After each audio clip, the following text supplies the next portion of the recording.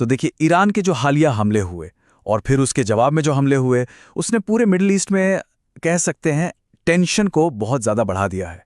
अब सबके दिमाग में यही चल रहा है कि भाई अमेरिका का अगला कदम क्या होगा, खासकर तब जब ईरान ने भी साफ कर दिया है कि वो पीछे हटने वालों में से नहीं है।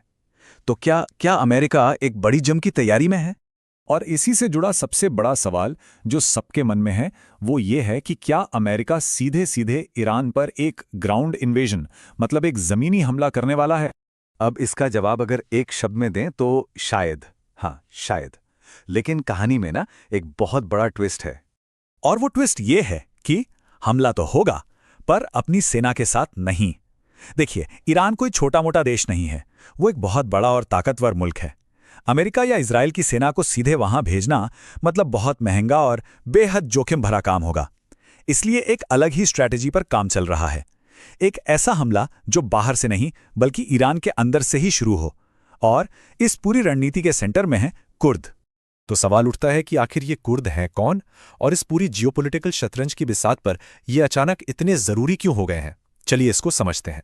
पूरी दुनिया में अगर देखें तो कुर्द लोगों की आबादी करीब करीब 3.5 करोड़ है।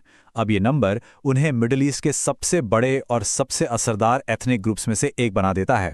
लेकिन सोचिए, इतनी बड़ी आबादी होने के बाद भी इनके साथ एक बहुत ही अजीब और दुखद सच्चाई जुड़ी हुई है। वो ये कि कुर्द दुनिया का सबसे बड़ा ऐसा एथनिक ग्रुप है जिसका अपना कोई देश ही नहीं है। जी हाँ, कोई देश नहीं। तो ये लोग रहते कहाँ हैं? ये असल में मिडिल ईस्ट के 4 बड़े देशों में फैले हुए हैं। ईरान के पश्चिमी इलाकों में, इराक के उत्तरी हिस्सों में, सीरिया के नॉर्थ ईस्ट में और तुर्की में। और इस पूरे इलाके को मिलाकर अक्सर कुर्दिस्तान कहा जाता है। मतलब एक ऐसा राष्ट्र जिसका अपना कोई राज्य या देश नहीं है। खासकर ईरान के साथ तो इनका इतिहास बहुत ज़्यादा तनाव और लड़ाई झगड़े वाला रहा है। हुआ ये कि 1979 में जब ईरान में क्रांति हुई तो कुर्द ग्रुप्स ने अपने लिए ज़्यादा आज़ादी मतलब ऑटोनॉमी की मांग करते हुए विद्रोह कर दिया। लेकिन तेहरान की सरकार ने इसे बहुत ही बेरहमी से कुचल दिया। इस पूरे संघर्ष में 10,000 से भी ज़्यादा लोग मारे गए।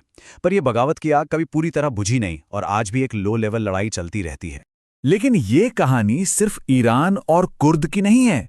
इस इक्वेशन में एक तीसरा और शायद सबसे पावरफुल प्लेयर भी है और वो है अमेरिका। तो फिर सवाल ये उठता है कि आखिर कुर्द जो हैं वो अमेरिका और इजराइल जैसे देशों के साथ क्यों हाथ मिलाएंगे? क्या मिलेगा उन्हें? इसकी वजह इतिहास में छिपी है। याद कीजिए 2003 जब अमेरिका ने सद्दाम हुसैन को हटाने के लिए इराक पर हमला किया था। उस वक्त कुर्द लड़ाकों ने अमेरिका का पूरा साथ दिया था।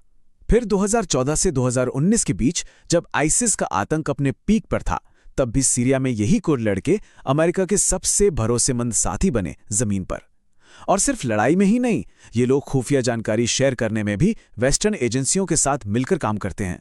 और इस सारी मदद, इस सारे सहयोग के पीछे उनका एक ही सपना है, एक सदियों पुराना सपना, और वो है कुर्दिस्तान, अपना एक आज़ाद देश। उन्हें लगता है कि अमेरिका और वेस्टर्न देशों का साथ शायद उन्हें अपनी इस मंजिल तक पहुंचा सकता है।